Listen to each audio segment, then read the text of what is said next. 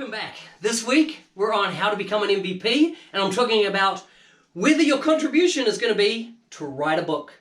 Before we get started, this week, Kingsway Soft. Now this is not a paid placement. I won this at User Group recently in a pub quiz put on by Bibby.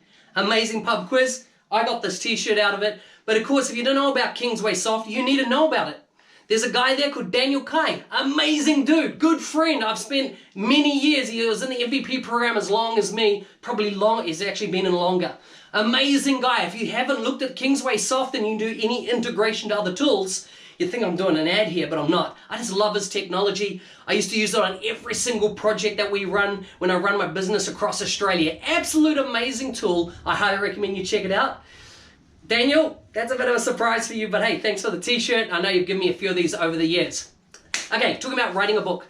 Now, there's many of examples of MVPs that have written books in the community. The ones that jump to mind are people like Sarah Critchley, right? Written a book on how to become an MVP. The Yacks have written multiple books and coordinated a bunch of MVPs to write books over their time. David Yack, prolific author in his own right. And there's others, there's many others. And so at some point, as you start to build profile, a publisher's going to knock on your door and say, we believe you can write a book for us. I've had those offers many, many times, and I read the T's and C's, the terms and conditions, and they say, listen, we're going to give you this big advance, we're going to give you this money up front, and you go, wow, I could do with that money.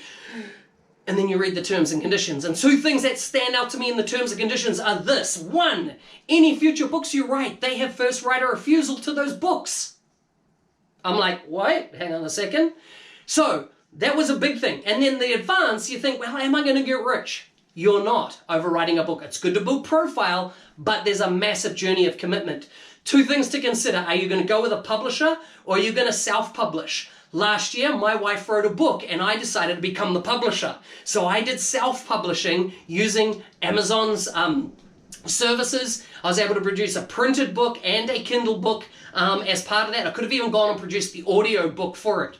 So consider self-publishing has come a long way. Check out what Amazon offer under Kindle publishing services. Check that out because that might be a better way and it gives you full control and full rights to your product.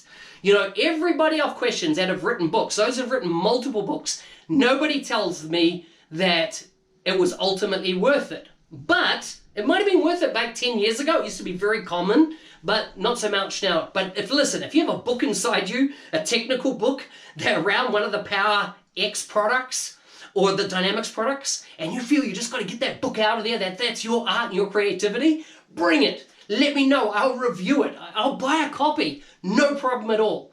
But you got to consider the options. Don't just rush into it. Don't let the carrot of an advance be that, oh, yes, I want that. Because what an advance means, they might say, listen, we're going to give you $5,000 up front. And then you get the $5,000 and bang, it's in your pocket. You've spent it and the book's not written. And you're like, now they're going, oh, I've got to write the book, I've got to write the book, you've got to write the book. And it takes your nights, your weekends, your Saturdays. And all of a sudden, 6 months, 9 months is gone, you still haven't written the book and it's still pressing on you. It takes a psychological effect on you. You've got to decide whether you want that. Because at the end of the day, when you give them the book and go, there's the book, and they go, thank you very much, and they start selling it, all you're doing now is starting to pay off the debt, which is the advance. Is that for you? You've got to decide, right? You can publish electronic books these days, do it quicker, get your ideas out there. That way it could be a great way to do it. Maybe just a 30-pager, 150, whatever it is. But consider, writing a book is a great way to create contributions, but you've got to consider the overall pressure that comes with it, and then who's going to own the rights. Are you going to own the rights 100% yourself with self-publishing, or are you going to give up your rights, pretty much all of them, to go via a publisher? And this is the same if somebody comes to you and say, we want to create some e-learning and we're going to publish it on this platform or that platform. Remember, the publisher owns the right to your material. You don't own it anymore. They own it. You have been work for hire to do that content. Something to consider. Great way to contribute. But I just caution you in the process of my research and experience at looking at this. Anyhow, hope you have an amazing week ahead and see you back same time next week. Ciao for now.